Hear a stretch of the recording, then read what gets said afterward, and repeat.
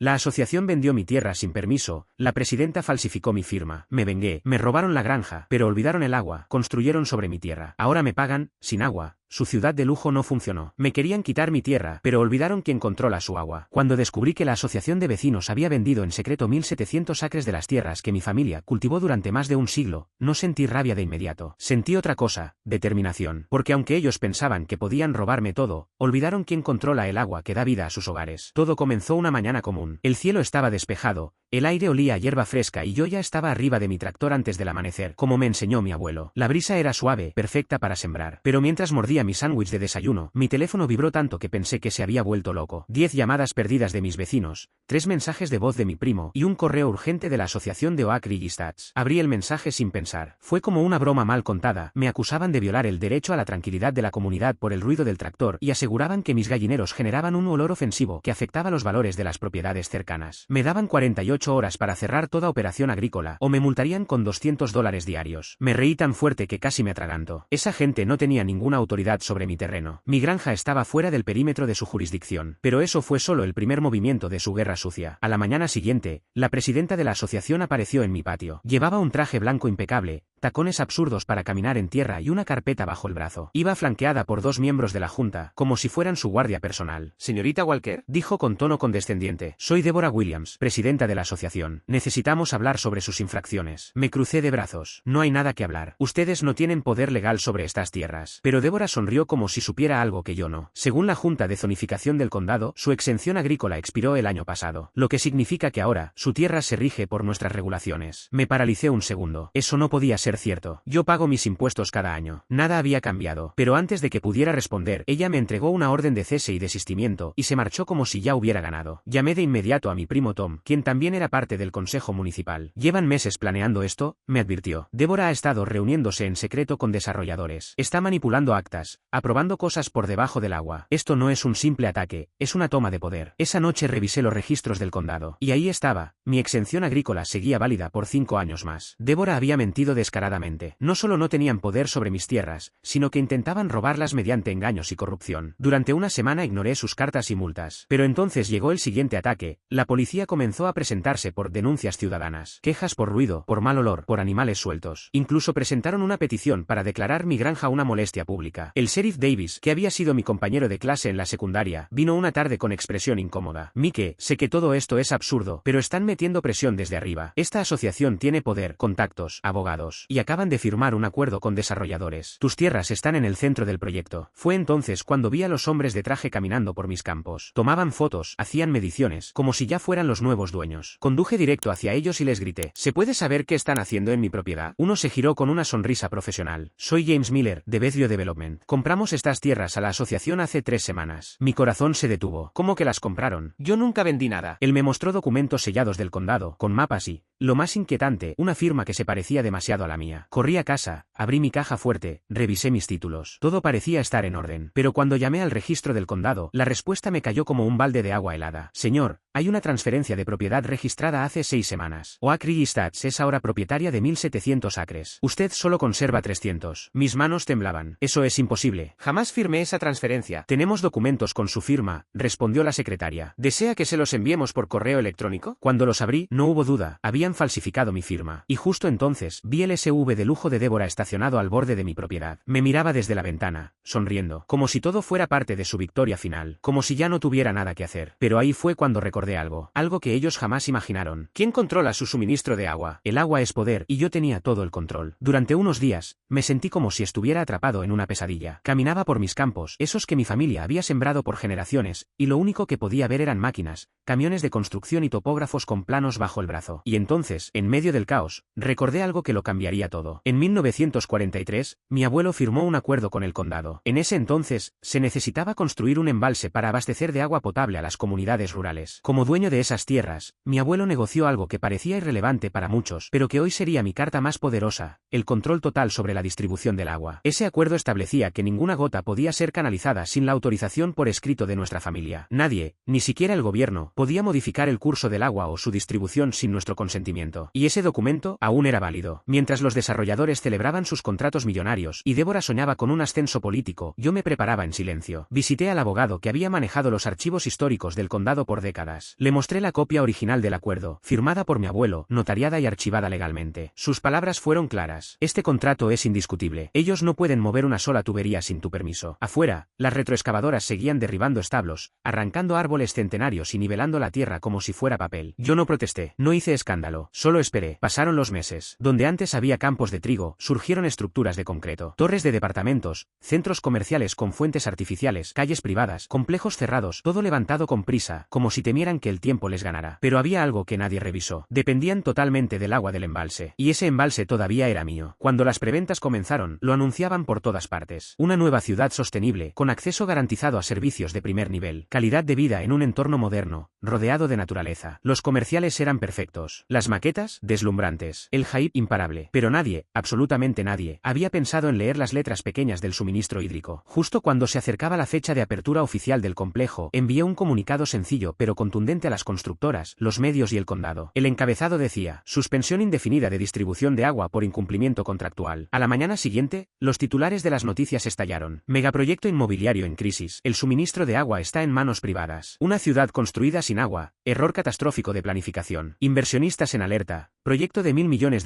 podría convertirse en ciudad fantasma. El caos no tardó en llegar. Las oficinas de los desarrolladores eran un hervidero. Los teléfonos sonaban sin cesar. Los inversionistas exigían respuestas. Las familias que habían reservado propiedades comenzaban a cancelar. Y entonces, lo inevitable sucedió. Me llamaron. Esta vez no era Débora sola. Me citaron en la sede central de la Bethview Development. Una sala llena de trajes caros, maletines de cuero, relojes de oro y rostros tensos. Yo llegué con botas de campo, camisa a cuadros, y una carpeta con una sola hoja, el contrato del embalse. Podemos resolver esto de forma amistosa, dijo uno de los ejecutivos, intentando sonar amable. ¿Cuánto dinero quiere para liberar el suministro? Me crucé de brazos. No quiero dinero. Las miradas se cruzaron, nerviosas. Algunos sonrieron, pensando que era un gesto simbólico, pero lo siguiente los desarmó por completo. Quiero todo de vuelta, cada acre. Quiero mi tierra, mi granja, mi nombre en esa escritura otra vez. Débora, sentada al fondo de la sala, estalló. Esto es ridículo. No puede chantajearnos así. El gobierno no lo permitirá. La miré fijamente. ¿Estás segura de querer hablar de legalidad, Débora? Porque, que yo recuerde, tu nombre aparece en documentos con una firma falsificada. No sé tú, pero a mí eso me suena a fraude. El silencio fue brutal. Nadie dijo una palabra. Pero lo sabían. Todos lo sabían. Mi caso era sólido, y yo tenía la llave del agua. Les di 48 horas para anular la transferencia de propiedad. Si no lo hacían, no solo cerraría el flujo del embalse, también iría a la prensa con todas las pruebas de la falsificación, corrupción y manipulación que habían usado para robarme. La reunión terminó en absoluto silencio. Al día siguiente, la prensa explotó de nuevo. Los contratos de compraventa comenzaron a caerse. Las constructoras entraron en crisis de liquidez. Algunos inversionistas retiraron su capital. Todo se tambaleaba. Y yo solo esperé. La presión fue tal que al tercer día volvieron a llamarme. Esta vez, con una propuesta diferente. Si no aceptas un acuerdo, todo el proyecto se irá al diablo, dijo uno de los directivos con voz temblorosa. Me encogí de hombros. Entonces al diablo. Podríamos darte una indemnización millonaria, ofreció otro. No quiero dinero. Quiero mi granja. Quiero que reconozcan que me robaron. Y si no están dispuestos a hacerlo, no van a tener ni una sola gota de agua. Débora, blanca como el papel, me miraba con furia contenida. Ya no era la mujer segura y poderosa del primer día. Ahora parecía una ficha caída, un peón sin salida. Ese día me fui sabiendo que había ganado la primera gran batalla. No necesitaba abogados, discursos ni escándalos. Solo necesitaba recordarles algo que nunca debieron olvidar. Yo controlaba el agua. Y sin agua, no hay ciudad. No los destruí, los obligué a pagarme para siempre. Después de la reunión, el silencio de los inversores lo decía todo. Ya no podían esconder el pánico. Se daban cuenta de que la ciudad que construyeron sobre las ruinas de mi granja nunca sería suya por completo, porque cada grifo, cada fuente, cada ducha caliente, dependía de mí. Y entonces, sucedió algo inesperado. Mi abogado, un hombre de voz serena y mirada filosa, me tomó del brazo y me pidió hablar a solas. Mike, tienes la victoria en la palma de la mano, pero estás a punto de cometer un error. Fruncí el ceño. ¿Qué error? Estás pensando como agricultor, dijo, pero ahora eres otra cosa. Tienes el poder de un empresario. No exijas que te devuelvan la tierra. Haz que te paguen por tenerla. Lo miré, confundido. ¿Quieres que alquile lo que me robaron? Quiero que domines el juego. Si consigues que reconozcan la falsificación, puedes probar que eres el dueño legítimo. Pero en vez de iniciar una batalla legal de décadas, haz que te paguen renta vitalicia. Y también por el agua. Ellos necesitan este lugar. Tú no. Sus palabras me golpearon como un relámpago. Hasta ese momento, yo solo pensaba en justicia, en recuperar mi tierra, en hacerlos pagar, pero había otra forma de ganar. Una forma más inteligente, más duradera, más poderosa. Volví a la sala con una sonrisa nueva. Me senté y hablé con claridad. Quiero mi nombre en la escritura. Quiero que reconozcan que la firma fue falsificada. Y quiero un contrato de arrendamiento vitalicio. Cada metro cuadrado de ese lugar será mío. Ustedes podrán seguir operando, pero me pagarán por el derecho de pisarlo. Uno de los inversores se levantó de golpe. Esto es extorsión. ¿Extorsión? Respondí con una sonrisa. Qué palabra tan fea para lo que ustedes hicieron conmigo. conmigo. Falsificaron documentos, robaron mi tierra, arrasaron con la historia de mi familia, y aún así, les estoy ofreciendo una salida. No es extorsión, es justicia con intereses acumulados. Débora ni siquiera se atrevió a levantar la vista. Ya no tenía nada que decir. Su caída era inevitable. A los pocos días, aceptaron los términos. Firmaron un contrato que me convirtió, de la noche a la mañana, en el propietario legal de todo el desarrollo. Cada edificio, cada local comercial, cada metro cuadrado tenía que pagarme renta. Y por si fuera poco, también firmaron un acuerdo de uso exclusivo del agua del embalse, con tarifas mensuales que hacían temblar a cualquiera. Mi abuelo estaría orgulloso. Los primeros meses, las ganancias fueron extraordinarias. El dinero que llegaba a mi cuenta era mayor de lo que cualquier cosecha pudo haberme dado jamás. Pero no me detuve ahí. Lo invertí. Compré terrenos en otras regiones, financié granjas tecnológicas, instalé sistemas solares, compré acciones en constructoras. Donde antes tenía una granja, ahora tenía un imperio. ¿Y qué pasó con Débora? Su carrera quedó arruinada. Se demostró que había falsificado actas, manipulado decisiones y vendido propiedades que no le pertenecían. Fue expulsada de la asociación, investigada por fraude y desacreditada públicamente. Sus contactos políticos desaparecieron, sus oportunidades también, pero aún así, intentó regresar. Desde las sombras, reunió un grupo nuevo de inversionistas para anular mis contratos. Buscó vacíos legales, se alió con abogados ambiciosos y comenzó a presionar de nuevo. Pero ya no era yo el que defendía una pequeña granja. Ahora era yo quien tenía ejércitos de abogados, medios de comunicación, respaldo financiero y poder real. Cada intento de sabotaje fracasaba antes de comenzar. Mis contratos estaban blindados. Mis derechos eran inapelables. Yo ya era ley. Y mientras ella se escondía, arruinada y desacreditada, yo seguía creciendo. Cada edificio que alguna vez pensó que me quitaría, ahora era mi fuente de ingresos mensual. No tenía que arar la tierra, ni alimentar animales. Solo tenía que mirar cómo el dinero llegaba. Fue así como construí el legado de mi familia. No desde la ira, no desde la venganza directa, sino desde el poder silencioso de tener razón y saber usarla. Mis hijos crecieron sabiendo que todo eso había sido construido con dignidad y estrategia. Y lo más irónico es que ni siquiera tuve que destruir a mis enemigos. Ellos mismos se sepultaron cuando intentaron robar lo que nunca les perteneció. Y yo, simplemente les cobré por vivir en la mentira que construyeron. Los que intentaron aplastarme, hoy me pagan por existir. Pasaron los años. Y lo que alguna vez fue una granja familiar olvidada por el condado, se convirtió en el corazón palpitante de una ciudad construida sobre contratos, agua y una sola verdad. Yo era el dueño de todo. Las constructoras que antes me ignoraban, ahora firmaban acuerdos con mis condiciones. Los desarrolladores que me despreciaban, me pedían audiencia. Los políticos que me dieron la espalda, ahora me saludaban en eventos públicos con sonrisas nerviosas. Sabían que si yo cerraba una llave, todo su mundo se desmoronaba. Cada nuevo edificio que se alzaba sobre mis tierras requería mi aprobación. Cada renovación, cada ampliación,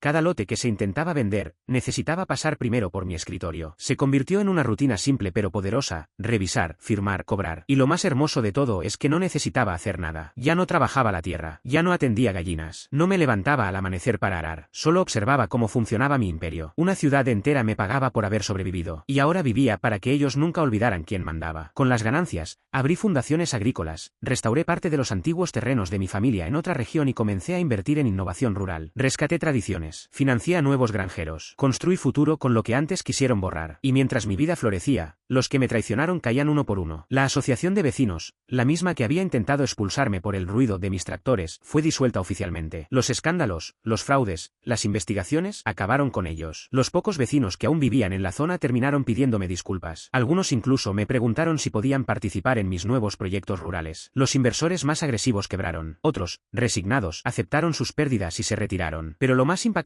fue ver cómo los nuevos compradores se enteraban de la verdad. Muchos se negaban a firmar contratos sin saber que su dinero, tarde o temprano, terminaría en manos del gran propietario fantasma. Ese propietario era yo. Y Débora, la última ficha de un tablero que ya no existía. Durante años intentó recuperar su estatus. Asistía a ferias inmobiliarias, trataba de volver al mercado como consultora. Cambiaba de ciudad, de nombre, de estrategia. Pero la industria no olvida. Cada vez que alguien buscaba su nombre en internet, aparecían titulares como: la mujer que quiso robar una granja y perdió una ciudad entera. Caso emblemático de corrupción y falsificación en desarrollos urbanos. De presidenta de asociación a paria del mercado. Ya no podía escapar de la historia, porque yo me aseguré de que nunca desapareciera. Cada contrato que firmo incluye una cláusula sobre la procedencia legal de las tierras. Y cada documento señala con claridad que la transferencia original fue fraudulenta. Que yo recuperé lo que era mío y lo multipliqué. Un día, recibí una carta anónima, escrita a mano, breve. Solo decía: nunca imaginé que me vencerías así. Ahora entiendo lo que perdí. No tenía firma, pero la letra, la reconocí al instante. Era ella, era su rendición. La historia no terminó con gritos, ni con juicios, ni con venganzas violentas. Terminó con algo mucho más poderoso, conmigo sentado en la cima, observando cómo se derrumbaban mientras yo ascendía sin prisa, sin odio, sin sudor. Porque mi victoria no fue destruirlos, fue sobrevivir a ellos. Y luego, hacer que me pagaran por cada paso que dieran sobre mis tierras. Mis hijos crecieron viéndome no como un granjero frustrado, sino como el arquitecto de un legado imparable. Ellos no conocen el olor del tractor al amanecer,